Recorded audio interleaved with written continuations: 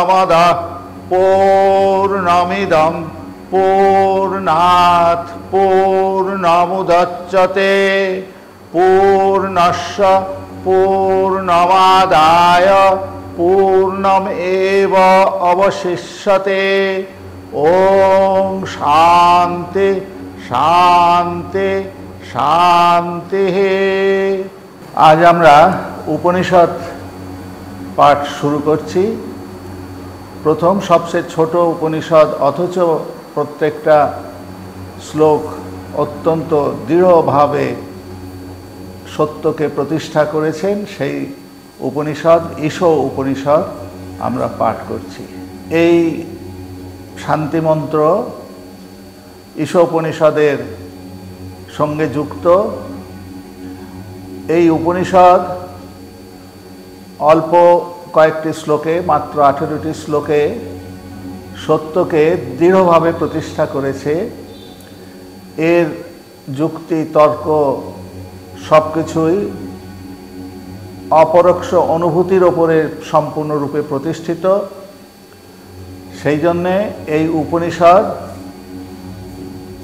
आमादेर प्रात्यहिक जीवन यापने सुविधा हबे यदि ठीक मतो अनुध्यान करा जाए।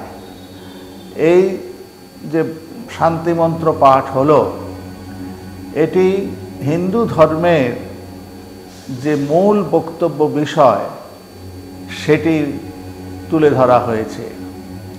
যে जगत ब्रह्मांड सबटाई एक अनंत सत्य स्वरूप से ब्रह्म सत्ताय प्रतिष्ठित। ताई जखन आमरा तार उपरे अध्यारोपित माया बशत जे नाम रूप खेला देखी सेगुलो खंडित एक एकटी रूप एक एकटी नाम, किन्तु ता सबई ओई चैतन्य सत्तार उपर प्रतिष्ठित हवाय যতই আমরা नाम रूपेर বৈচিত্র্যময় जगत सृष्टि करी ना केन सबटाई पूर्णेर ओपर प्रतिष्ठित। ताई এই जगत पूर्ण আর তিনিও पूर्ण। ताई पूर्ण थेके पूर्ण के एकटू सरिये निले এই যে पूर्ण सरिये नेওয়ার বাক্যটি ব্যবহার করা হলো এটি হলো नाम रूपेर जगत।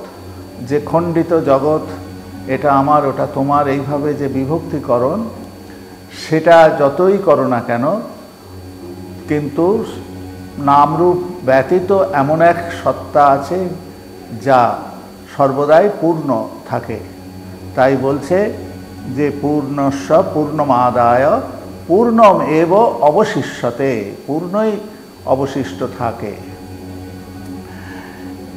এই प्रसंगटी যারা খুব ভোগবাদী জড়বাদী যারা নাম রূপ এবং বৈচিত্র্যময় জগতের মধ্যেই একেবারে নিজেকে সম্পৃক্ত করে ফেলেছে তাদের অনুধাবন করার একটা সুযোগ যে আমার আর তোমার বলে যে বিভক্তিকরণ করে আমরা পরস্পরের মধ্যে বিভেদ সৃষ্টি করি সেটির কোনো প্রয়োজন নাই। এবার সেই মূল উপনিষদ ঈশো উপনিষদের কথা বলা হোক।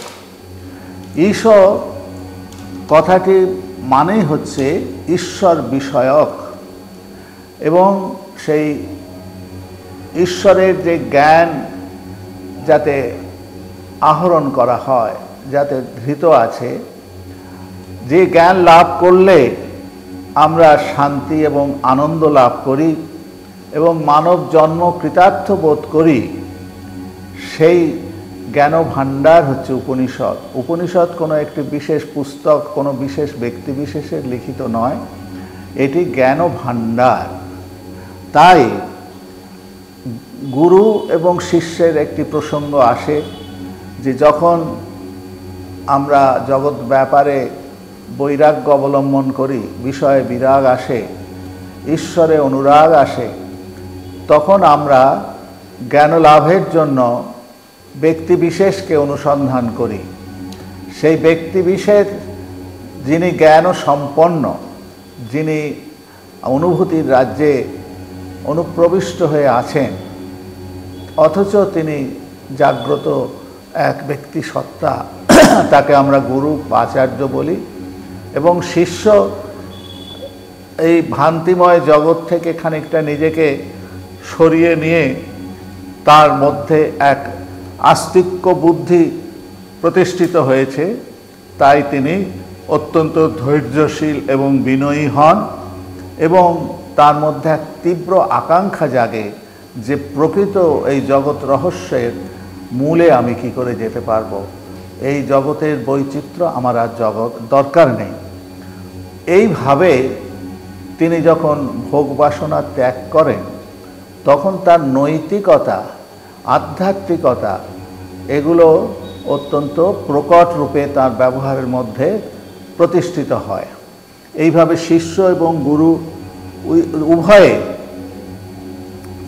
পরস্পরের সংলাপ এর মধ্যে দিয়ে সেই ব্রহ্মবাক্য শিষ্য হৃদয়ে প্রতিষ্ঠিত হয়। এইখানে বর্তমান যুগের এত বেশি রকমের এই উপনিষদ আদির ব্যাখ্যা বিশ্লেষণ পুস্তক নানান রকম ইন্টারনেটে নানানভাবে নানান জনে প্রচার করতে করতে যেন আমাদের কাছে মনে হয় এটি আমি নিজে ঘরে বসেই চয়ন করতে পারি। কিন্তু এই জ্ঞান লাভের এমন একটা গূঢ় তত্ত্ব আছে যে যেখানে অনুভূতির সম্পন্ন ব্যক্তি কেবল আর একজন প্রকৃত শিষ্য, যার চরিত্রে প্রতিষ্ঠিত হচ্ছে শিষ্যের মর্যাদা, তাতে সঞ্চালিত হয়। শুধু পুস্তক পড়ে কিংবা এর কাছে তার কাছ থেকে শুনে এই জ্ঞানে প্রতিষ্ঠিত হওয়া যায় না। তাই আমাদের আশ্রয় শঙ্কর ভাষ্য এবং বিভিন্ন আচার্যরা অত্যন্ত সুনিশ্চিতভাবে যে পরিবেশন করেছেন, এক একটি শ্লোকের বিশ্লেষণ করেছেন, তার অবলম্বন করা হচ্ছে এবং যথাসাধ্য শুদ্ধ সত্যভাবে এই শ্লোকের পরিবেশন করার চেষ্টা চলছে। এই শ্লোকের যেমন পূর্ণমদ শান্তি মন্ত্র আমরা একটুখানি বিশ্লেষণ করলাম, তেমন এই শ্লোকের প্রথম শ্লোকটিও ওই রকমই।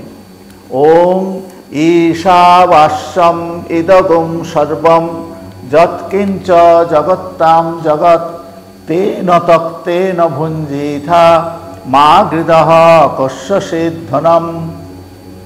কি আদেশ করা হলো না, তুমি তোমার এই জগতের রূপ রস গন্ধ শব্দ স্পর্শময় যে বিষয় বহির্জগতে আছে এবং তুমি সেগুলো যে কোনো প্রক্রিয়ার মধ্যে দিয়ে যে আহরণ করে নিজের মধ্যে অনুভব এবং একটা খাদ্য রূপে হৃদয়ে প্রতিষ্ঠা করছো, যদ আহ্রিয়তে তদ আহার। আমরা রূপ রস গন্ধ সব যে আহরণ করছি, এই আহরণ ঈর্ষাপ্রণোদিতভাবে কিংবা চৌর্যবৃত্তির দ্বারা এসব করে যারা সংগ্রহ করে তাদেরকে একেবারে অত্যন্ত রূঢ়ভাবে নিন্দা করা হচ্ছে। প্রকৃত সুখ ভোগ বস্তু থেকে যে একটা ইন্দ্রিয়ের চরিতার্থতা বোধ আসে, তৃপ্তি বোধ আসে, নিজেকে ধন্য কৃতার্থ মনে হয়, অহমন্নাদ অহমন্নাদ এইরকম একটা প্রচণ্ড একটা সাহস নিয়ে আমরা চলাফেরা করার যে অধিকারী হই, সেটা কিন্তু পেতে গেলে সমস্ত ভোগ্য বস্তু যে ঈশ্বরের আমার নয়, এই দেব সেবায় আমি এই বস্তু আমার সংগৃহীত বস্তু সামগ্রী ব্যবহার করছি, আমি একজন সেবায়ত মাত্র, এই ঐশ্বর্য সবই ভগবানের।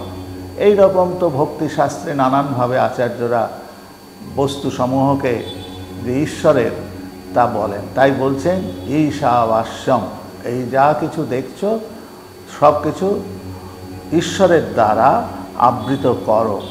এইভাবে ব্যক্তি সত্তার যে একটা সংগৃহীত চিন্তা প্রণালী, সেটাকে পরিত্যাগ করে তোমার সুখের জন্য যা প্রয়োজন সেগুলো তুমি ভোগ করো, অন্যের বস্তুতে ঈর্ষা করো না। তেন তক্তেন ভুঞ্জিথা, এ খুব সুন্দর কথাটি, যে এই তোমার জীবনভঙ্গিকে পরিত্যাগ করে শুদ্ধ সত্য জীবনভঙ্গি অবলম্বন করো এবং ভোগ করো। তেন তক্তেন ভুঞ্জিথা মা গৃদহ কস্যচিৎ ধনম, তুমি যেটাকে অন্যের ধন বলে মনে করছো, তোমার মন এখনও সেই ভাবনা থেকে উত্তীর্ণ হয়নি, তাই সাবধান করে দিয়েছে। আর লোভ করো না, অন্যের ধনে লোভ করো না। মা গৃদহ কস্যচিৎ ধনম। এর পরের শ্লোকটি বলা হচ্ছে যে এই যে প্রথম শ্লোকে যতটা চূড়ান্তভাবে বলা হলো, সেটি পালন করার সামর্থ্য সাধারণত তথাকথিত বিবাহিত জীবন, সংসার জীবন, সামাজিক প্রেক্ষাপটে যিনি জীবন পরিচালনা করেন তার পক্ষে সম্ভব নাও হতে পারে। তাই আচার্যদেব দ্বিতীয় শ্লোকটি পরিবেশন করে বলছেন, কুর্বন এবেহ কর্মাণি জিজিবিষেদ শতগুম সবাহা এবং তৈ নান্যথে তস্তি নকর্ম লিপ্যতে নরে। বুঝলে, তুমি তোমার ইচ্ছা তুমি 100 বছর বাঁচবে, হ্যাঁ বাঁচো, তথাস্তু, কিন্তু এই 100 বছরের যে পরিক্রমা, তুমি যে প্রতিদিনের অহরহ ব্যাপৃত থাকবে, সেই ব্যাপৃত হওয়ার যে প্রণালী, সেটি অবশ্যই যেন শাস্ত্র অনুমোদিত বিষয়ের প্রতি তোমার প্রচেষ্টা হবে, আবার ততোধিক প্রচেষ্টা হবে শাস্ত্র অননুমোদিত, শাস্ত্রে নিষিদ্ধ কর্মাদিতে বিরত থাকাটা আরও বেশি শক্ত। প্রলোভন আমাদের এমন করে যা অতি সহজলভ্য বস্তু, অথচ শাস্ত্র তাকে নিষিদ্ধ করছে, আমরা সেটাকেও গ্রহণ করে ফেলি। তাই বলতে হয় কুর্বন এবেহ কর্মাণি, কর্মাণি মানে শাস্ত্র অনুমোদিত কর্মাণি, জিজিবিষেদ শতগুম সমাহা, তুমি যদি 100 বছর বাঁচতে থাকো শাস্ত্র অনুমোদিত কর্মের দ্বারা নিজেকে ব্যাপৃত করো। এবং তৈ নান্যথে তস্তি নকর্ম লিপ্যতে নরে, এছাড়া আর কোনো দ্বিতীয় উপায় নেই যা তোমার কর্মের দ্বারা যে কর্মফল উৎপন্ন হয় তার মধ্যে আবার তুমি জড়িয়ে যাওয়া থেকে বেঁচে যাবে। একমাত্র কুর্বন এবেহ কর্মাণি জিজিবিষেদ শতগুম সমাহা এবং তৈ নান্যথে তস্তি নকর্ম লিপ্যতে নরহে। একেবারে সোজা সাপটা গুরুর আদেশ এইভাবে নির্দিষ্ট হয়েছে। এবং এরপরে যারা ওই অশুদ্ধ কর্মে জোর করে প্রলোভিত হয়ে করে, তাদের নিন্দা করছে অত্যন্ত চূড়ান্ত রকমের ভাষার দ্বারা। অসূর্যা নামতে লোকা অন্ধেন তমসাবৃতা তাংস্তে প্রেত্যাভিগচ্ছন্তি যে কে চাকমোহন জনা। বলছে এই যে কর্ম করি লুকিয়ে চুরিয়ে, ডুবে ডুবে জল খাই শিবের বাবা টের পায় না, এই যে আমাদের সব নানান রকমের লুকোনোভাবে কাজ করা, অপরাধীর বোধের মধ্যে নিজেকে প্রক্ষেপ করা, এটার মতন পাপ নরক যন্ত্রণা আর কিছু নেই। তাই বলছেন অসূর্যা নামতে লোকা, সে লোক সূর্যহীন যে জগৎ অন্ধকারাচ্ছন্ন, সেই রকম লোকের সে চলে যায় এবং তার ফলে একে চাকমোহন জনাহা। এইভাবে আমাদের এই যে আমরা জন্ম মৃত্যুর প্রহেলিকায় বিবর্তন হচ্ছে, এটাই হলো আমাদের ঘূর্ণন, কোনো দিনই শেষ হবে না। অন্ধেন তমসাবৃতাহ তাংস্তে প্রেত্যাভিগচ্ছন্তি। তার সেই পথে বারবার আমরা ঘূর্ণন হতে থাকব। এইবারে প্রথম যখন সূচনাকালে আমরা এক অখণ্ড অনন্ত প্রাচীনতম এক সত্তার কথা ঘোষণা করেছিলাম, যার ওপরে এই নামরূপের খেলা চলছে, যে জগৎ যিনি নিমিত্ত কারণ এবং উপাদান কারণ উভয়ই, সেই নিমিত্ত কারণ উপাদান কারণ উভয় যে সত্তা, সেই সত্তার কথা ধরিয়ে দেওয়া হবে। বলা হচ্ছে যে অনেজদেকং মনসজবীয়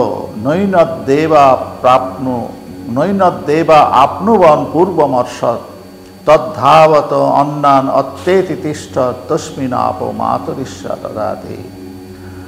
তার সম্বন্ধে আমরা যদি একটু অন্তর্জগতে ধ্যানের প্রচেষ্টা করি, সেই প্রচেষ্টার একটা ছক বলে দেওয়া হচ্ছে।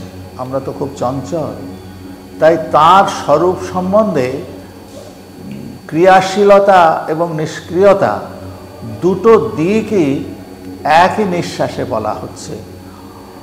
অনেজদেকং, তিনি নিষ্কম্প এবং এক। মনসজবীয়, মনের থেকেও বেশি বেগবান। দেবা পূর্বম অর্ষৎ এনত ন আপনুবন, বলছেন ইন্দ্রিয় সমূহ যত দ্রুতগামী হোক না কেন, সেখানে গিয়ে দেখবেন ইতিমধ্যে সেই তিনি যার অনুসন্ধান করছি আমরা, তিনি আগে থেকেই অবস্থান করছেন। তাই তিনি একদিকে যেমন সকলকে অতিক্রম করে যান, তিনি আছেন বলেই মাতরিষ্যা আপহ দধাতি, তস্মিন আপ মাতরিষ্যা দধাতি, মানে তার জন্যেই তিনি নিজে স্থির থেকেও অন্যের কর্মের প্রেরণাদাতা। স্থূল ও দৃশ্যমান জগতের সব কিছুকে তিনি ঘিরে রেখেছেন। আজকের এই পর্যন্ত 4টি শ্লোক আমরা সামান্যভাবে বিশ্লেষণ করলাম, আমাদের জড়বুদ্ধির মধ্যে যাতে সেই চেতনা জাগ্রত হয়, ভগবানের কাছে সেই প্রার্থনা করলাম। এই রকম করে এই ছোট্ট উপনিষদটি 18টি শ্লোকে বদ্ধ। পরের দিনে আবার 4টে শ্লোক হবে।